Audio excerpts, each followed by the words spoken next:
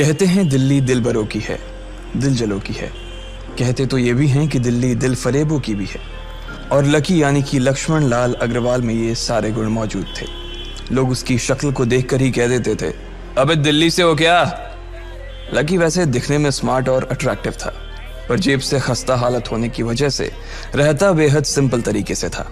Shirt का रंग उड़ा हुआ और पैंट से पैबंद जुड़ा हुआ। कहने को तो उसकी उम्र के लड़के दिल्ली की सड़कों पर रात को मोटर बाइक दौड़ाते थे, लेकिन लकी उर्फ लक्ष्मण लाल अग्रवाल सिर्फ कमरे से कॉलेज में पढ़ाई और गर्लफ्रेंड डिंपल के साथ थोड़ा वक्त बिताना, फिर कॉलेज से दुकान, दुकान से जब होम डिलीवरी आए तो वहां, और फिर घर चला जाता था। हाँ, कभी कभी जब वो किसी लड़के को खाली सड़क पर मोटर बाइक दंदनाते हुए देखता तो कहता, एक दिन अपना टाइम भी आएगा जब मैं चश्मा लगाकर बैठूंगा और पीछे डिंपल को बैठाऊंगा।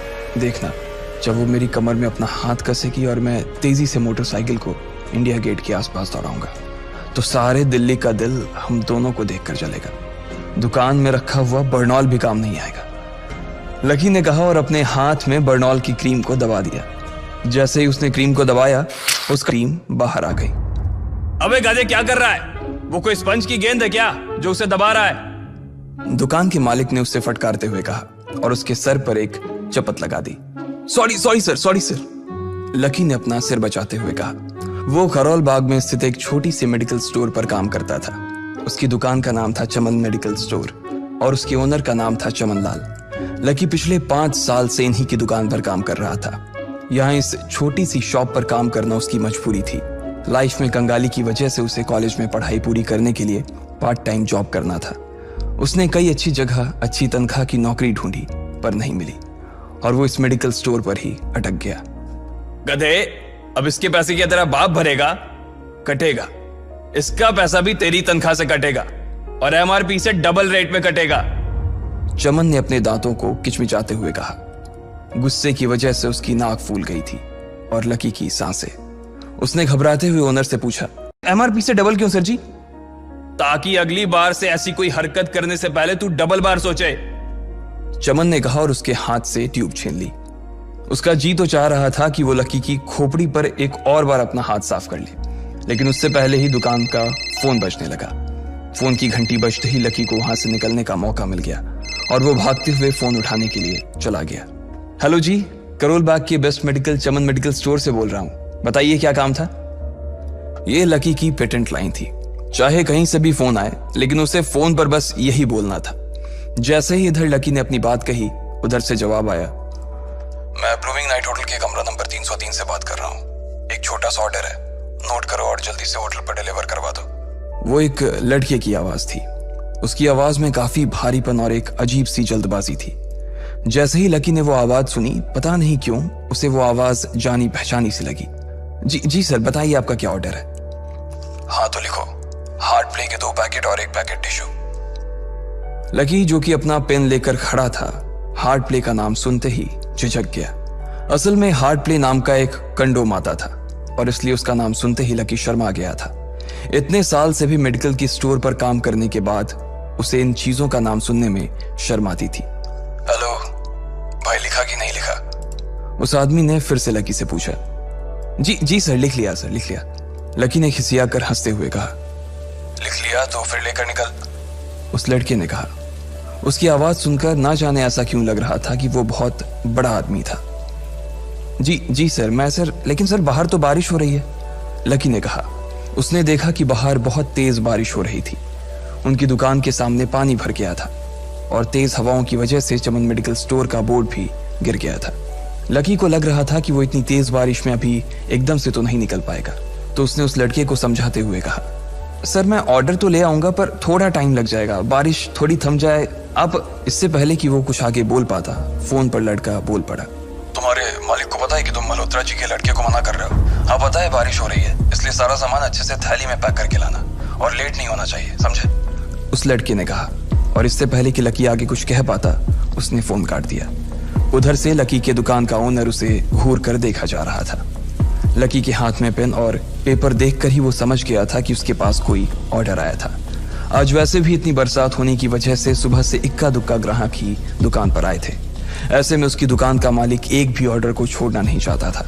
वो लकी को देख रहा था और लकी बारिश की ओर देख रहा था। बारिश का बहाना नहीं चलेगा, जाना पड़ेगा, चमन लाल ने कहा। मैं बहाना नहीं कर रहा सर, थोड़ी बारिश धीमी हो जाए तो मैं चला जाऊंगा। अभी आप खुद ही देखिए कितनी तेज बारिश है। वो पता नहीं कोई मिस्टर मल्होत्रा का कोई बेटा कुछ ज्यादा ही जल्दी में था। मैं साइकिल से तो पहुंच नहीं पाऊंगा इतनी जल्दी। लकी ने उनकी ओर देखते हुए कहा। क्या कहा? मिस्टर मल्होत्रा जी का बेटा? तू मेरी दुकान बंद करवाएगा क्या? अभी क्या भी निकल उनका ऑर्डर लेके, वो हमारे बहुत पुराने कस्टमर है, चमन ने कहा। पर लकी ने कहा ही था कि चमन बोला। परवर कुछ नहीं, तू मेरी मोटरसाइकिल ले जा, उसने गुस्से में कहा।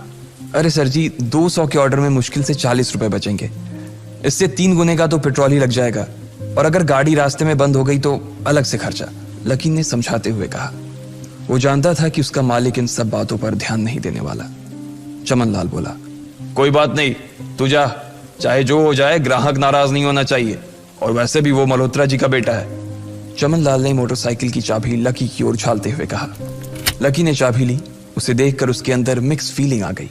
एक तो वो बहुत खुश हुआ कि बड़े दिनों बाद बाइक चलाने को मिलेगी, पर वहीं दूसरी तरफ दुखी इसलिए हुआ कि बाइक मिली भी तो ऐसी तेज बारिश में, अगर खराब हो गई तो इसकी चपत भी उसके सिर पर ही पड़ेगी।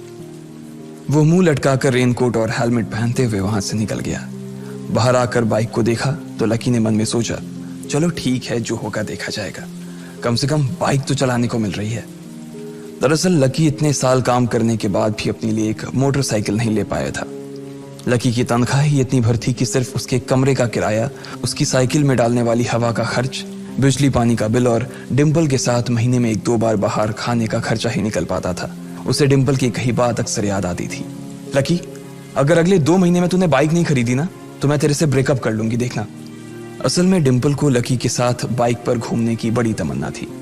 लकी की इस उजाड़ जिंदगी में एक वही तो थी जिसके लिए जिंदा रहने को उसका जी चाहता था। जब भी वो उससे बाइक की बात करती तो लकी डिम्पल की इस बात को हंस कर टाल देता था। वो अपने मन में इस बात को अच्छे से जानता था कि डिम्पल उससे बहुत प्यार करती थी और वो उससे कभी छोड़ कर नहीं जा सकती थी। वो दोनों एक दूसरे में ऐसे घुले मिले थे जैसे बादल बरसात में घुल जाती है। लकी को डिम्पल बहुत पसंद थी और वो उसके लिए दुनिया जहां की खुशियां खरीद कर ला देना चाहता था। वो चाहता था कि एक दिन वो डिम्पल को प्लेन में बैठाए, लेकिन उसके ये सब ख्वाब इस कम तनख्वाह की नौकरी की वजह से कभी पूरे नहीं होने वाले थे। पर आज उसके पास एक मौका था। वो डिम्पल को अपने साथ इस बारिश में राजपथ घुमाना चाहता था। वो उसे दिल्ली दिखाना चाहता था। चमन लाल को देने के लिए उसने पहले से ही बहाना सोच रखा था। बस जल्दी से वो ये डिलीवरी देकर सीधे डिम्पल के पास ही जाने वाला था। उसने होटल ब्लूमिंग नाइट के बाहर मोटर बाइक पार्क की और सीधे होटल के अंदर चला गया। लकी ने रिसेप्शन पर पहुंचकर नमस्ते करते हुए रिसेप्शनिस्ट को बोला, जी मैं चमन मेडिकल स्टोर से आया हूं, रूम नंबर 303 का ऑर्डर था सर। रिसेप्शन पर खड़ा आदमी उसके हाथ में काली थैली को देखकर समझ गया था कि उसमें क्या था और वो मंद ही मंद मुस्कुराते हुए बोला, 3rd फ्लोर पर है, लिफ्ट से चले जाओ, रेनकोट यहीं उतार देना। जैसा उस आदमी ने कहा लकी ने ठीक वैसा ही किया और लिफ्ट में चढ़ने के कुछ ही देर बाद वो 3रे माले पर पहुंच गया था। वो रूम नंबर 303 के बाहर पहुंचा और उसने डोरबेल बजाई। जैसे ही दरवाजा खुला लकी ने थैली आगे बढ़ाते हुए कहा, नमस्ते, मैं चमन मेडिकल स्टोर से लकी, ये आपका। इससे पहले कि लकी आगे कुछ कह पाता उसकी आंखें फटी की फटी रह गई थी। उसने अपने सामने जो देखा उसके बाद उसे ऐसा लगा कि बंद छत के नीचे भी उसके ऊपर आसमान से आकर एक जोरदार बिजली गिर गई थी। उसके सामने एक लड़की खड़ी थी। वो लड़की और कोई नहीं बल्कि उसकी गर्लफ्रेंड डिम्पल ही थी। उसने एक पर्पल कलर का नाइट गाउन पहन रखा था। उसके काले घने बाल गीले थे और उसने उन्हें अपने कंधे पर फैला रखा था। उसकी खुशबू से ही ये चीज साफ पता चल रही थी कि वो अभी अभी नहा कर आई थी। डिम्पल, तुम यहाँ क्या कर रही हो? लकी को अपनी आंखों पर विश्वास ही नहीं हो रहा था। उसने 2 बार अपनी पलकें झपका कर देखा, लेकिन दोनों बार ही उसे अपने सामने डिम्पल ही नजर आई। तुम यहाँ क्या मेरा पीछा करते हुए आए हो लकी? डिम्पल ने उल्टा उसी के ऊपर पलटवार करते हुए कहा। लकी को देखकर उसके दिल की धड़कन भी तेज हो गई थी।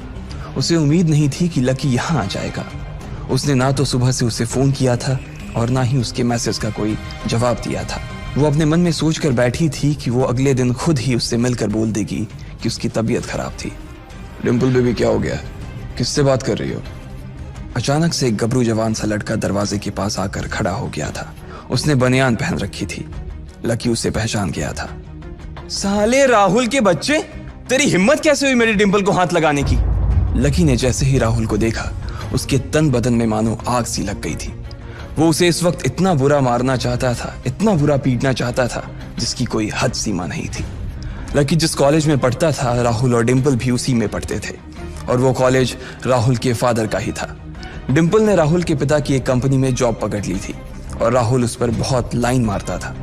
लकी ने 1-2 बार डिंपल को उससे दूर रहने के लिए भी कहा, लेकिन डिंपल ने उसे यह कहकर टाल दिया था कि वो सिर्फ अच्छे दोस्त थे।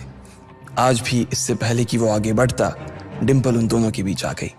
रुक जाओ, डिंपल ने गुस्से में कहा और लकी के सीने पर हाथ रखकर उसे रोक दिया। लकी लंबी सांसें ले रहा था और कुछ ही सांसों के बाद उसका गुस्सा शांत हो गया। अब डिंपल के पास भी छुपाने के लिए कुछ नहीं था, इसलिए उसने लकी से कहा, लकी, आज से तुम्हारा और मेरा ब्रेकअप। ब्रेकअप? लकी के पैरों के नीचे से जमीन खिसक गई थी। उसकी आंखें नम हो गई। लकी को उसकी बातों पर विश्वास नहीं हो रहा था। उसने डिंपल की ओर देखा और बोला, डिंपल, हम पिछले 1 साल से एक दूसरे के साथ हैं और तुम हो कि मुझसे ब्रेकअप करना चाहती हो? अरे मैं तो तुम्हारे लिए नई बाइक लेने वाला था। चल रहने दे, आज ही याद आई है तुझे बाइक की। अरे तेरे पास मुझे बाहर घुमाने के लिए, खिलाने पिलाने के लिए पैसे तो है नहीं, तू कहां से लेगा बाइक? और अगर ले भी लेगा तो उसमें पेट्रोल कहां से डलवाएगा? तेरी 8,000 रुपए महीने की नौकरी, उसमें होगा ये सब? लोग हंसते हैं मेरे ऊपर जब मैं सरोजनी में तेरे साथ घूमती हूँ। मैं ऐसी लाइफ नहीं जीना चाहती लकी। मैं तेरी तरह गरीब नहीं रहना चाहती।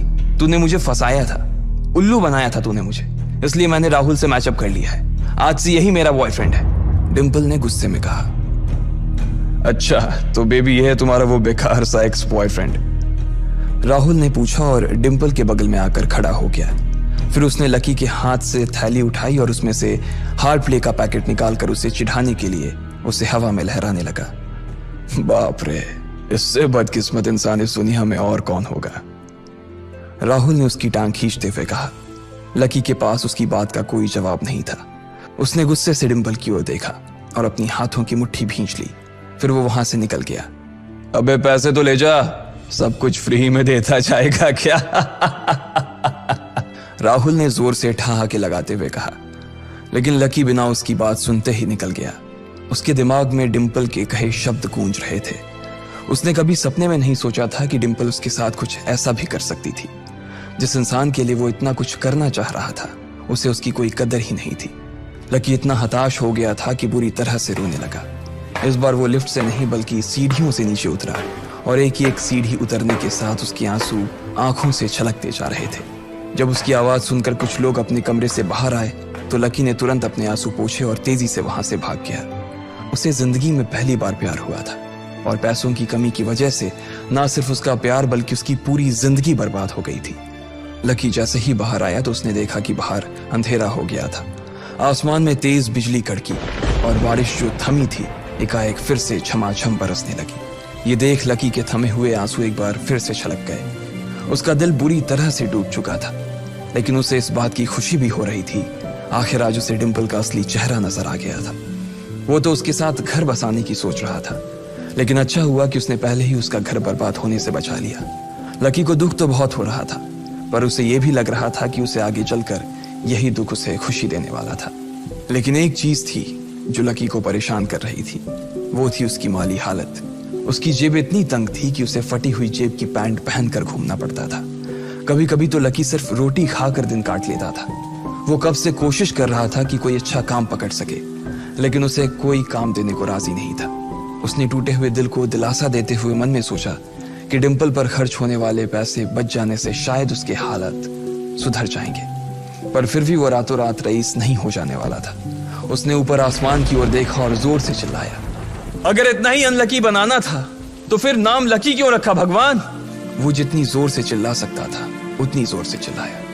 उसकी आवाज से आसपास खड़े लोग एक बार तो डर गए थे। लकी ऊपर ही देख रहा था और उसके आंसू बारिश के पानी के साथ मिल गए थे। जैसे ही वो फूट कर रोने को था, तभी उसके फोन पर एक मैसेज आया। जैसे ही लकी ने अपना फोन निकालकर उस मैसेज को पढ़ना शुरू किया, उसकी तो आंखें ही चमक गई।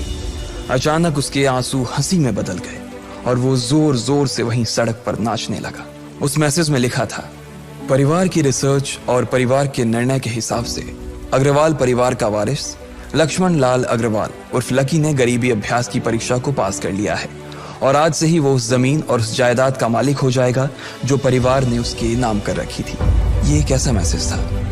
आखिर कौन था लकी, क्या थी उसकी असलियत, और वो कैसे रातों रात ही अनलकी से लकी हो गया था।